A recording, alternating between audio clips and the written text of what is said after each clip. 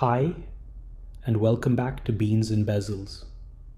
At this point, I'm not going to bother introducing the 37 series family of watches from Ming, since I've already reviewed at least half a dozen of them here, and you've more than likely encountered one of these watches already if you're even remotely interested in the brand. This watch, however, is a pretty refreshing take on that family of designs and gives the 37 style a complete titanium makeover. The 3702 Ghost indicates that it belongs to the same subfamily as the 3702 Minimalist. I reviewed a while ago, but even as a self-proclaimed Ming fanboy, I couldn't tell you why these two watches are 3702 while the Aventurine and Sand are labeled 3708 instead. Maybe it has something to do with the movements. I'll have to wait for the next Ming book to help me better understand that.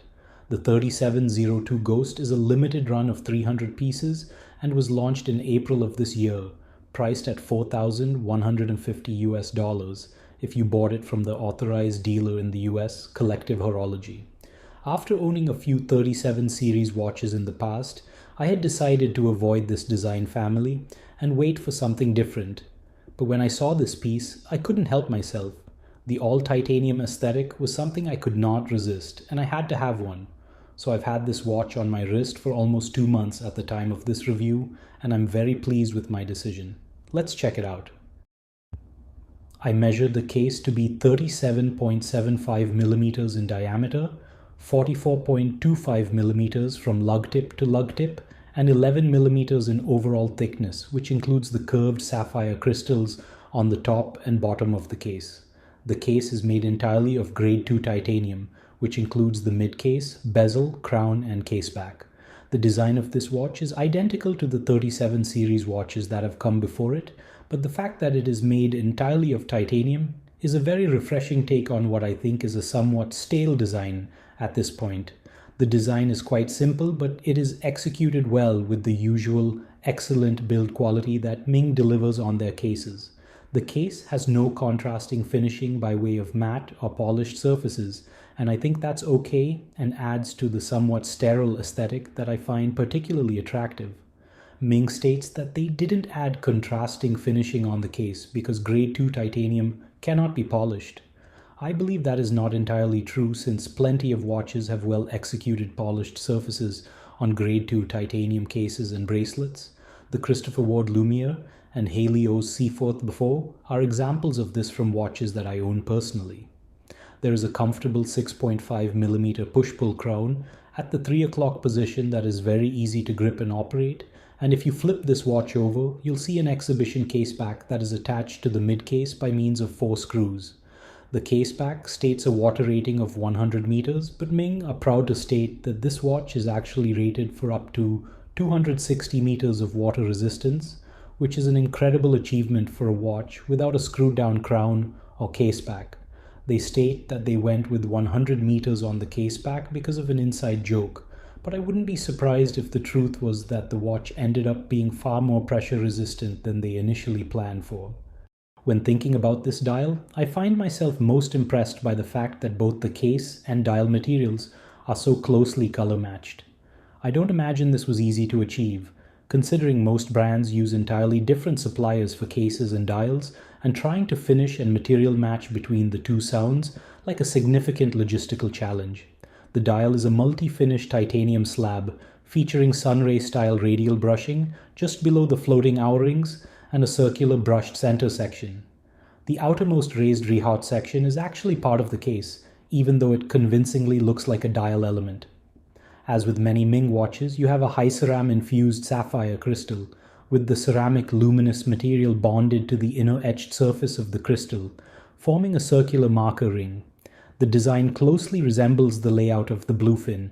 While it appears nearly identical to that design, it is in fact different. This one is spaced further from the center of the dial and closer to the bezel, making the watch appear larger than the bluefin. These floating markers cast beautiful shadows on the sterile titanium landscape below, which is one of my favorite aspects of Ming watches in general. The hands are not made of titanium, but Ming has done a commendable job now color matching them to the case and dial. Upon close inspection, you can tell they are made from a different material. The hands follow the same design used in other 37 series watches like the Minimalist, Aventurine and Sand. They are close in length but easily distinguishable by their shapes, aided by a high contrast application of white luminous material. For a dial made entirely of brushed titanium, this watch is shockingly dynamic, almost to a fault. It attracts light like no other and can take on a wide variety of appearances throughout the day. I think the legibility is excellent in about 95% of lighting conditions, but I'd be lying if I said I never encountered situations in bright sunlight where the white hour ring was washed out by the dial catching some direct rays. In terms of lume, the Ghost is nearly identical in luminous signature to the Starlight I reviewed a few months ago. It features a high ceram lumed crystal that glows quite brightly and has good longevity, along with a handset that has a much better executed lume application compared to watches like the 22.01, 37.07 and 37.05. The minute hand design does not allow for much lume material to be applied, so it ends up being the faintest element in the dark.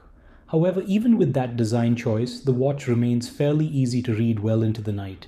This isn't the best lumed watch from Ming, and it's not the best lumed watch in this price range, but it is still sufficiently good given expectations and represents a much needed step up from the intermediate years of poorly lumed Ming watches. The Cellular SW300 in the Ghost and many other Ming watches now is, in my opinion, one of the best available off-the-shelf automatic Swiss movements you can get. The winding operation is excellent, it keeps good time. It is notably slimmer than the ETA2, 824 or SW200 and just appears to have a lower failure rate in comparison. Ming went with a slightly atypical version of the SW300 featuring an anthracite finishing and plenty of skeletonization of the bridges and plates. I think this adds a nice touch and makes the whole modern design of the watch come together a bit more cohesively. But like I've said in other Ming reviews, if it were up to me, I would ditch the exhibition case back and have an interesting case back design instead. Ming regulates their movements pretty well, and most Mings I've owned have run within plus or minus 5 seconds per day, and I experienced the same with this Ghost. The 37.75mm diameter and 44.35mm lug-to-lug distance result in a wrist presence that is very comfortable on my 6.75-inch wrist. The 11mm overall thickness wears slimmer than you would expect from a watch with these dimensions, and the overall wrist presence is extremely comfortably given its shockingly lightweight case head. Excluding a strap, the watch weighs only 34 grams and practically disappears on your wrist. The watch ships with a light grey leather strap from Jean Rousseau, which I did not wear even once. I don't like the tone-on-tone aesthetic that they went for with this pairing, and much prefer to add a bit of contrast with the strap, as I think it really brings out the color of the titanium. I've mostly worn this watch on one of Ming's latest rubber straps, or one of my many curved D-lug straps. I've reviewed a lot of 37 series Mings here already, so while this may be getting a bit repetitive with not a lot of new facts, I think this might be the first 37 series in a long time that actually delivers something new, beyond just a different dial or similar minor changes. So if you've been experiencing 37 series fatigue and love titanium, this might be the perfect Ming watch to add to your collection. There is something quite special about this piece that is hard to capture in photographs or videos. It feels like a product that has come together cohesively rather than a somewhat inert combination of dial and crystal, which is what a lot of 37 series watches feel like to me at this point.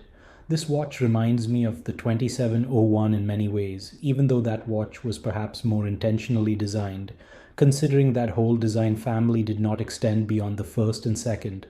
I hope Ming preserves this familiar feeling by not releasing a dozen more iterations of titanium case 37 series watches.